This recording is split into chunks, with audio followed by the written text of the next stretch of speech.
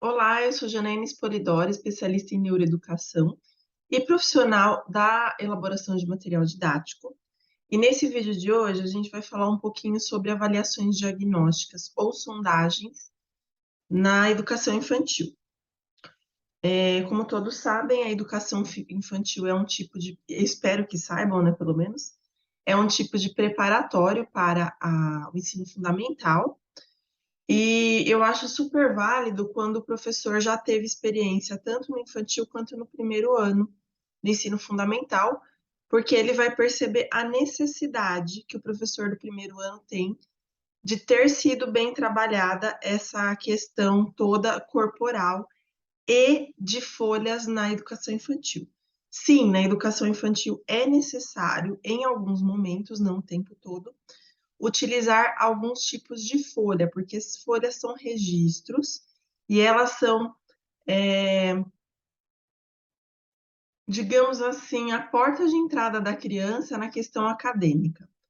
Quando a gente começa o processo de alfabetização, aproximadamente a partir dos 4 anos de idade, a criança, do ponto de vista cerebral, já tem capacidade de poder começar esse processo. Logicamente que não como no primeiro ano, mas já com estímulo aí de o nome dela, o nome dos colegas, estímulo de letras, né? Então, letras com massinha, coordenação motora fina, tudo isso vai entrar aí também a partir dos 4 anos e vai se intensificando até a classe de 5. Então, as faixas etárias mais interessantes para a gente utilizar sondagem ou avaliação diagnóstica no infantil são as turmas de 4 e 5 anos. E daí eu vou explicar qual é o motivo de você dar essas diagnósticas também nessa faixa etária, tá? Eu trouxe aqui alguns slides, como eu sempre faço, para poder ficar bem explicadinho, né? Porque eu não acredito na pessoa que só fala, fala, fala e não consegue colocar ali no papel o que está falando, né? Então, essas pessoas que. Eu sempre tive com problema, né? A pessoa fala, fala, fala e não dá exemplo. Então, fica difícil da gente poder internalizar isso e poder passar isso para a sala de aula. Por isso que a gente tem aí a diferença da teoria e da prática, que não deveria existir. Nós deveríamos teorizar a prática, né? Que infelizmente é uma coisa que ainda não acontece muito no Brasil. Vou colocar lá os slides de volta, eu sempre coloco e tiro, porque às vezes na transição do compartilhar tela, ele dá algum probleminha. Então eu faço isso de colocar e tirar. A gente vai falar um pouquinho sobre o período da educação infantil, eu vou falar brevemente, tá? Eu não vou me alongar muito, porque o tema são as diagnósticas aqui. Na educação infantil, gente, a gente precisa ter um conhecimento do corpo, porque a criança, afinal de contas, até os 3 anos de idade, entre 2 e 3, na verdade, até 2, o primeiro ano é sensorial. Do primeiro ano, final do primeiro ano, até os 3 anos de idade, a gente tem, assim, um desenvolvimento mais aflorado do sensorial, para nos 4 aos 6 anos a gente poder desenvolver algumas coisas como consciência corpórea, né, a consciência corporal, o esquema, a parte de toda essa parte mais intensificada do tono muscular, né, que começa ali nos 2 anos. Então, a gente tem uma pirâmide de desenvolvimento muito interessante que vai acontecer e ela é desse tamanho para o infantil e desse tamanho para o fundamental. Então, você vê que o que foi feito no infantil ou o que não foi feito vai refletir demais na parte da pirâmide do fundamental. Nessa fase, a gente conhece o corpo, sim, então são muitas atividades corporais, a gente vivencia a aprendizagem, então são atividades simbólicas, lúdicas, jogos aí de socialização e de autoconhecimento do corpo, para que você, professor, possa depois trazer tudo isso para a parte acadêmica.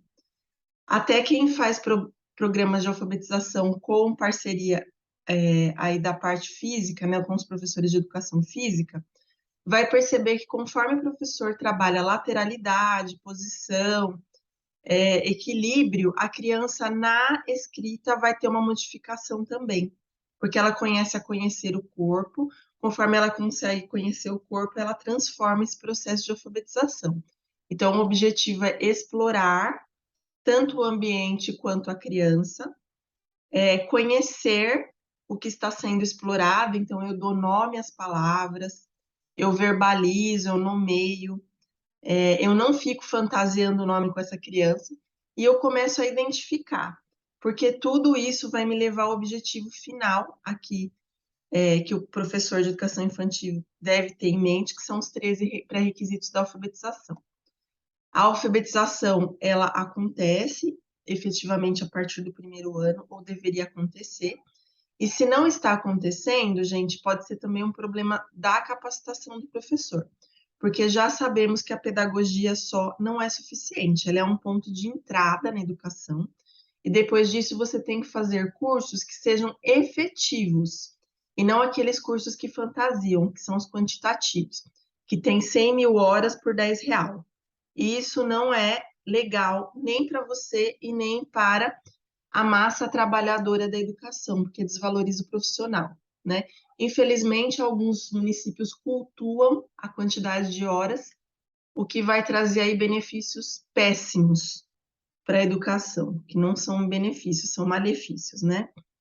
Enfim, professor de infantil e de primeiro ano, minimamente devem conhecer os pré-requisitos de alfabetização, e os professores de segundo ano em diante devem saber que eles existem e quais são, para que se seu aluno tiver algum problema durante a alfabetização, você saiba identificar. Então, essa identificação do profissional ela é extremamente relevante para o avanço do aluno. Se você só focar no modo como você ensina, você não vai entender o modo como aprende. E daí não vai rolar, porque o seu aluno não é você, vivemos em outra época, vivemos em uma época de transformação pela experiência, né? Nós não vivemos em uma época de educação bancária faz tempo.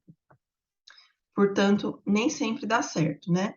Vai dar certo para aquele aluno que é bem estimulado também em casa, mas quando ele não é bem estimulado em casa, infelizmente vai ser superficial, vai ser a escova da educação, né?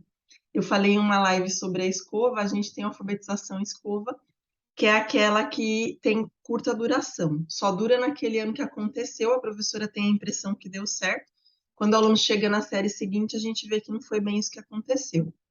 Foi ilusório, né, a coisa. Quando caiu uma primeira chuva, já desfez tudo. Então, assim, precisa ser uma coisa, assim, progressiva. Tem que ser a progressiva, não é a escova. Você tem que tratar ali desde a raiz, porque senão a coisa não vai. Tratar a raiz, a cutícula, tudo que for possível aí na criança, você trata de uma forma robusta, que são os 13 pré-requisitos da alfabetização. Eu não vou falar nesse vídeo, gente, porque eu fiz no canal um vídeo sobre os pré-requisitos da alfabetização. Então, procura lá que você vai encontrar. Sobre a reflexão da aprendizagem. Eu já tinha feito um vídeo sobre as sondagens na educação infantil. Nós temos 2 materiais de sondagem para classes de 4 e 5 anos, lá no site da loja. Vou deixar o link aqui embaixo, se vocês não tiverem visto isso antes. E eles vão servir para o registro. Quando eu trabalho no corpo da criança, a posição, lateralidade, esquema corporal, quando eu coloco a criança para fazer um papel, ela vai ter uma reflexão diferente nesse papel. Então, a criança que não tem o corpo explorado, assim, do ponto de vista acadêmico-educacional, ela não consegue ter essa visão dentro da página dela. Então, aquela criança que não avança na página é porque ela não avança em relação ao conhecimento do próprio corpo, porque o corpo é o receptor da aprendizagem, né? A gente aprende pelos sentidos. Tanto que quando você sente o cheiro de uma torta, você está aprendendo que aquele cheiro, ou ele é salgado, ele é doce, então os sentidos têm total diferença aí nessa questão. Falando sobre a sondagem, ela vai trazer aí o registro, se o que você ensinou do ponto de vista de brincadeira, ludicidade, simbólico, jogos, vai estar de acordo com o que a criança precisa para o processo de alfabetização. Então, esse registro ele é importante, não precisa dar tudo no mesmo dia, mas você pode dar aí uma folhinha por dia, não vai cansar a criança, são folhinhas de acordo com a faixa etária e o conhecimento que ela deve ter, cientificamente falando. Então, não é uma coisa que vai cansar demais a criança e nem o professor.